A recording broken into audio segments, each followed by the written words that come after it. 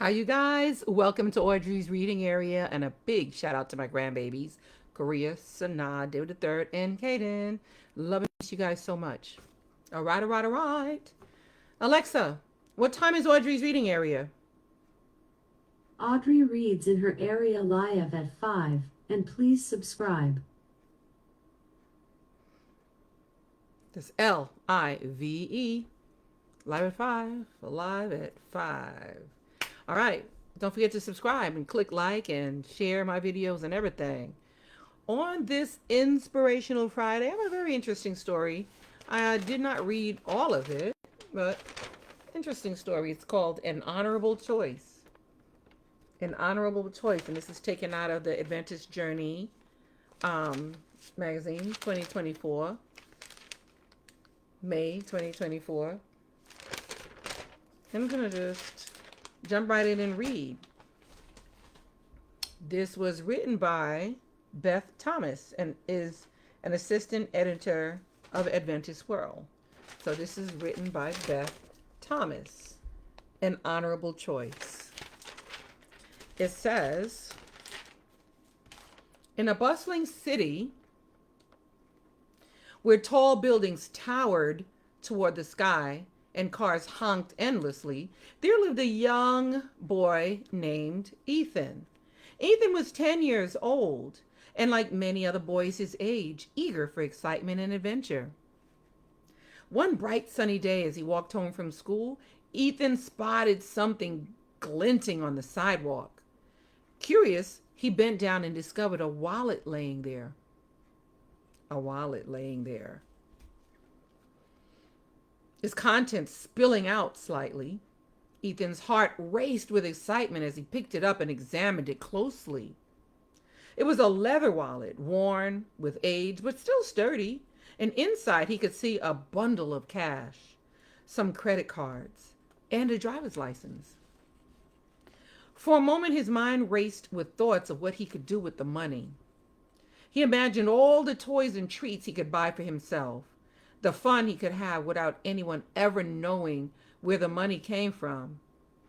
But then a small voice inside him whispered, reminding him of a Bible verse his family had read in their worship the night before. Whoever can be trusted with very little can also be trusted with much. And whoever is dishonest with very little will also be dishonest with much. That was taken from Luke 16, verse 10. Feeling a twinge of guilt at the thought of keeping the wallet for himself, Ethan made a decision. He knew what he had to do. Even though it wasn't the easiest choice to make, with a determined nod, he tucked the wallet safely in his back pocket and he continued on his way home. As Ethan walked, he couldn't shake the feeling of unease that lingered in the pit of his stomach. The wallet seemed to weigh heavily on his mind. Wow. This reminds me of something that happened to me, and I'll tell you about it when I finish reading this. Its presence a constant reminder of the choice he had to make.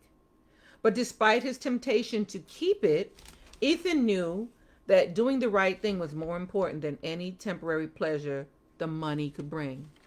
When Ethan arrived home, he immediately told his parents about the wallet he had found. Together, they carefully examined its contents and discussed what to do next. Ethan's parents praised him for his honesty, reminding him that choosing to do what was right, even when it was hard, was always the course of action, the best thing to do. The next day, Ethan and his parents went to the police station to turn in the wallet. As they approached the front desk, Ethan felt a surge of nervousness wash over him. What if the person who had lost the wallet was angry with him for keeping it? What if they accused him of taking the money? As Ethan handed the wallet over to the officer on duty and explained how he had found it, all of his fears melted away.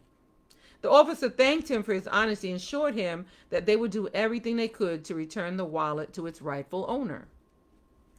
As Ethan walked out of the police station, a sense of peace settled over him. He knew that he had done the right thing, and that was all that mattered. As he reflected on his experience, Ethan couldn't help thinking of a story he had heard in Sabbath school about a man named Joseph. Joseph faced many trials and temptations, but he always remained faithful to what was right, even when he was thrown into prison for a crime he did not commit. Joseph trusted, even though he was thrown into prison for a crime he didn't commit, Joseph trusted God's plan and he remained steadfast in his integrity. And in the end, his faithfulness was rewarded. And he was given a position of great honor and responsibility.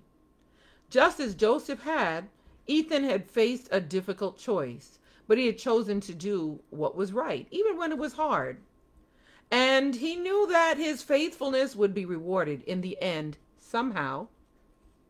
Several days passed, and Ethan began to wonder what had happened with the wallet. Had the police found the owner?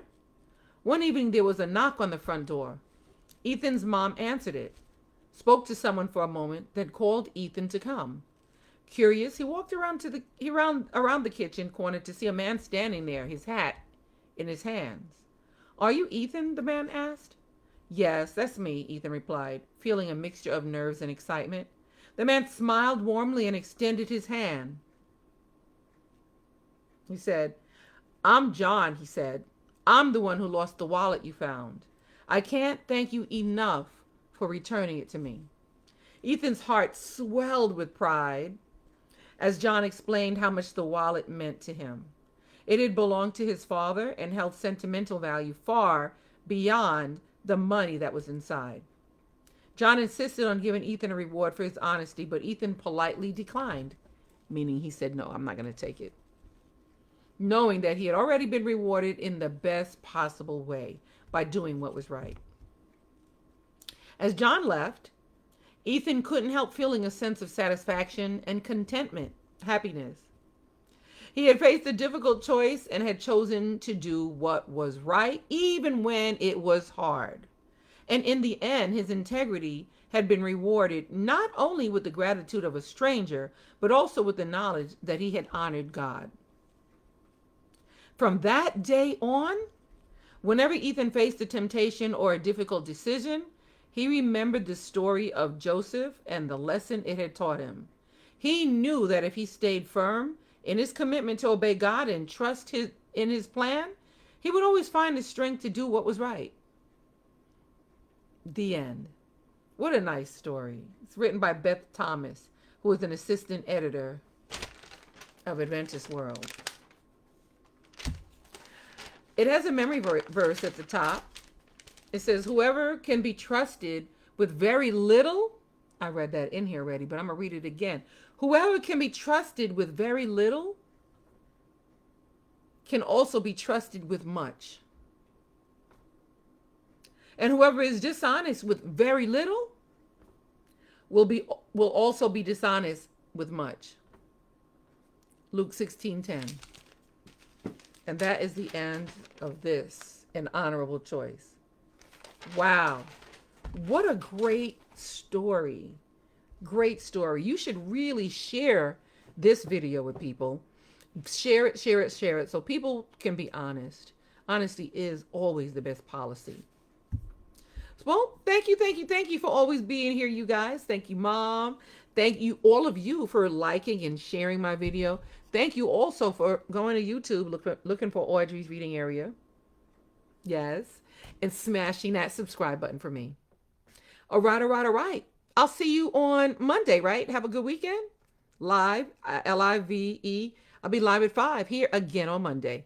And I will see you then here at Audrey's Reading Area.